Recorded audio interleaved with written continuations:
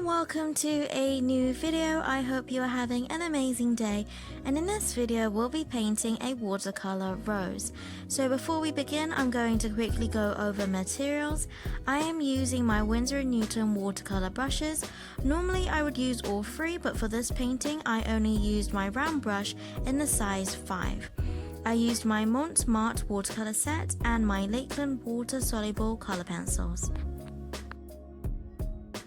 So this is my second time painting a rose and I love it. I painted this in the same way as my first tutorial, but for this one I changed the colors and painted it much larger. This may be more of a chatty video, but don't worry, I will still be telling you step by step of how to paint a rose. So let's get into the video. Using my Lakeland pencil, I sketched the outline of the rose, outlining every fold and every petal. Then with a very light wash, painting one petal at a time, looking at my reference photo for where it is the darkest and the lightest. You may want to do this in a wet on wet technique, and where the petal is the darkest, add more paint to make it more saturated and let the color bleed and blend. This helps to make your rose petals look more smooth and soft looking. Like what I mentioned in my last rose tutorial, you want to paint one petal at a time, but not directly adjacent from each other if they are still wet, as you don't want your petals to bleed into each other, as they tend to have a distinct gradient and lines separating each other.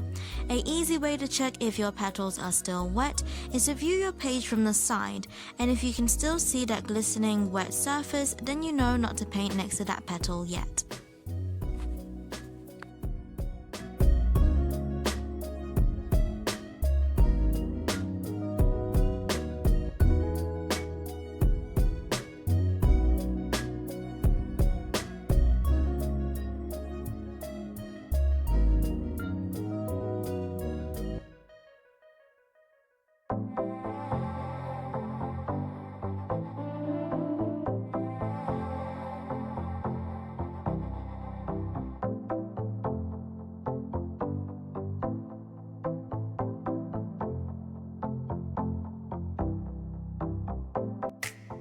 This process is so therapeutic and relaxing and simple. It reminds me of when I was very young, messing around on paint on the computer, when paint, Minesweeper and snakes were the best thing to kill time. And in paint I would get my black pencil tool, make one continuous squiggle across the whole page and fill in the white gaps with various colors, like a digital mosaic, and trying to not to put the same color next to each other. Painting a rose reminded me of that, going from one petal to another and filling in the white shapes, but this time going in again and making small corrections. I find that I can easily lose myself and forget everything, concentrating on one space at a time rather than the whole thing at once and slowly seeing it all come together.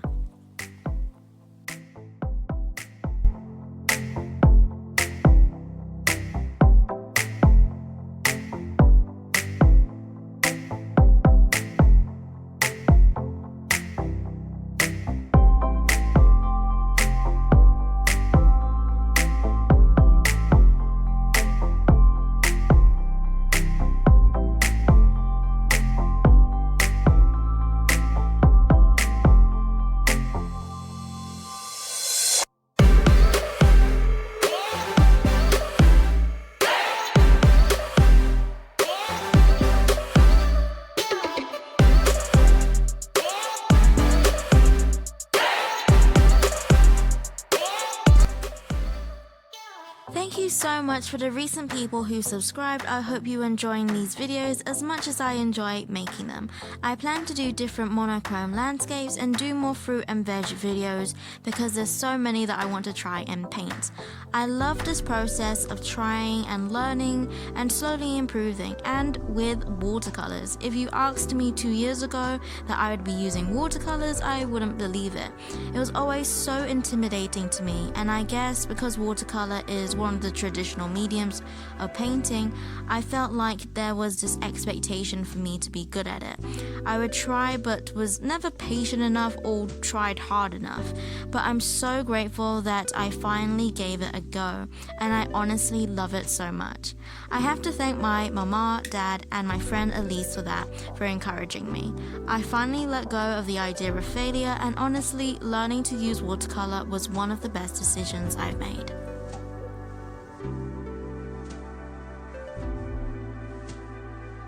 Okie dokie, so I would tell you more steps, but it's quite a repetitive process, making small corrections to each petal as you go, making the darks darker.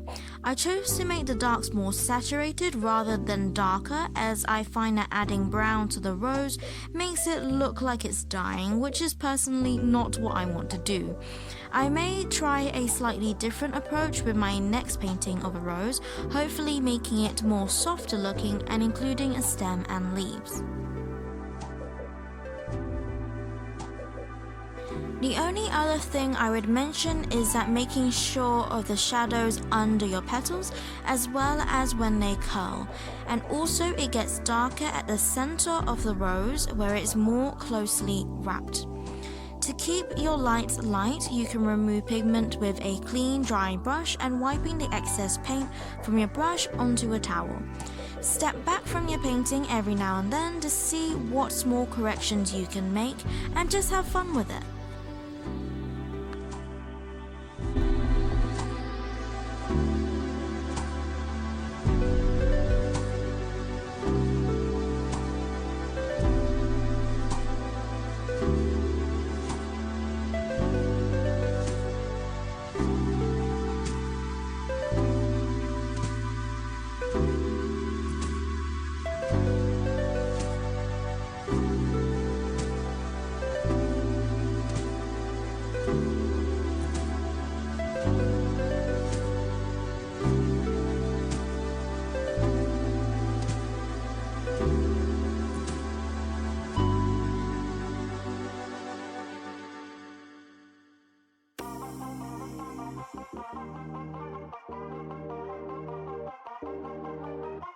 Thank you so much for watching and joining me. If you liked this video, then don't forget to give this video a like.